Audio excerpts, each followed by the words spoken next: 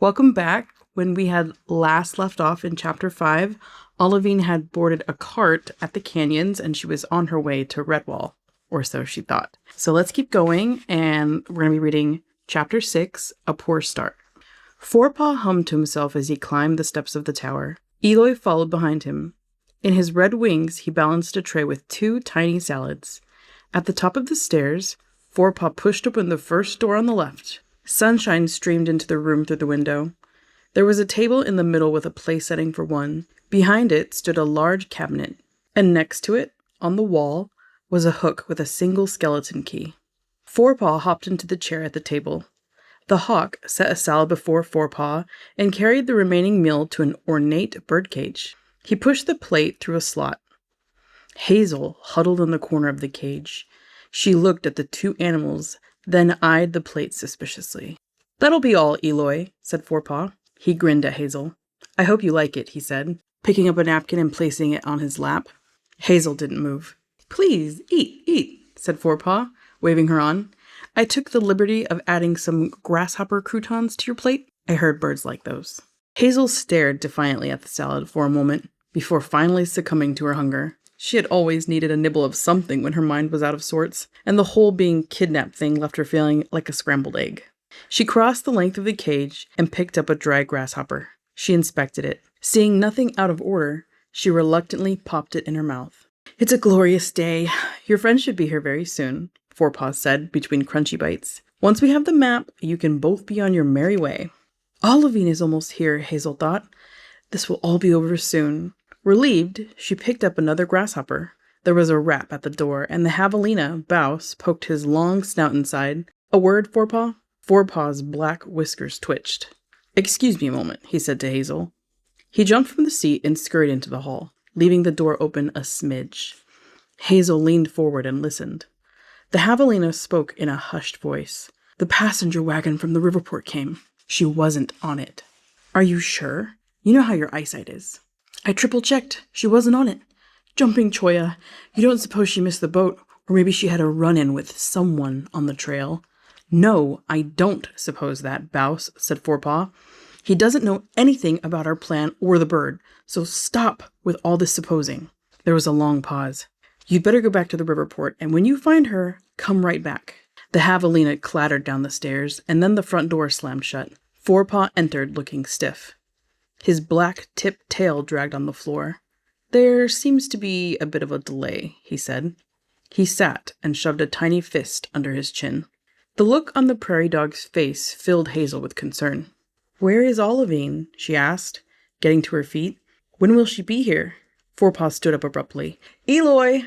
The hawk came click-clacking into the room. "I've lost my appetite," Forepaugh announced. Eloy gathered up the salad and put it on the tray.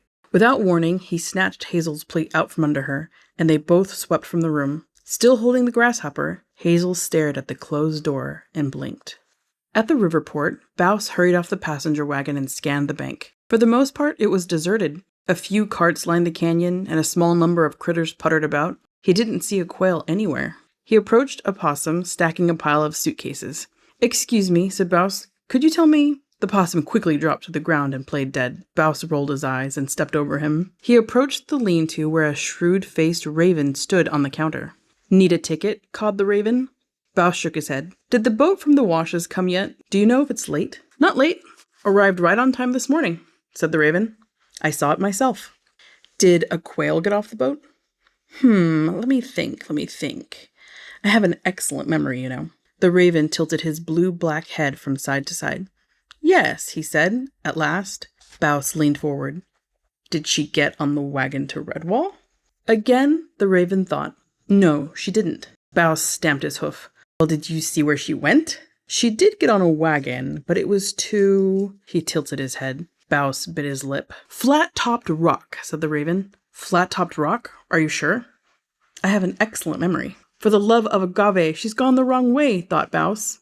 Flat-topped rock was as far as a critter could get from Redwall and still be in the canyons. "Say, are you all right?" asked the raven. Bouse gave a cheerless nod and turned to face the soaring canyon wall. If Olivine had gone the wrong way, that meant he would have to go after her. His shoulders sagged. He did not like the canyons. For one thing, they were vast, with trails going every which way. If that wasn't bad enough, that maniacal jackrabbit Oro was out there somewhere. The last time he and Forepaugh had encountered him, he attacked them and stole the map. But what choice did he have? If he didn't find her, their whole plan would go up in smoke. With a perturbed grunt, Bouse stomped down the trail. At the fork, he headed south for Flat-Topped Rock. Olivine's passenger wagon had entered a shady, chilly part of the canyons. Dense bushes pressed in, and tall trees bent precariously overhead. The wagon jerked. The churning wheels halted. Olivine jolted awake and gasped. The jackrabbit sat in the seat ahead and grinned back at her. "Hello," he said in a gravelly voice. "Hello," she said, her voice tight. "Why have we stopped?" "For a water break," he said. "A water break?" She looked around. The driver drank from a cup. The tortoise sat in the seat across from her, still snoring, but the otter and deer mice were gone. "There's a spring." The jackrabbit pointed to a break in the canyon wall. "It's around there, if you'd like a drink." Olivine licked her beak. Her tongue was as dry as sandpaper. She gave a courteous smile. "Thank you." Pulling on her bag, she shuffled down the aisle, then down the steps. The sandy trail was cold underfoot. She proceeded up the boulders toward the break. When she made it to the top, she glanced back at the wagon. The jackrabbit smirked at her. He is an odd critter, she thought.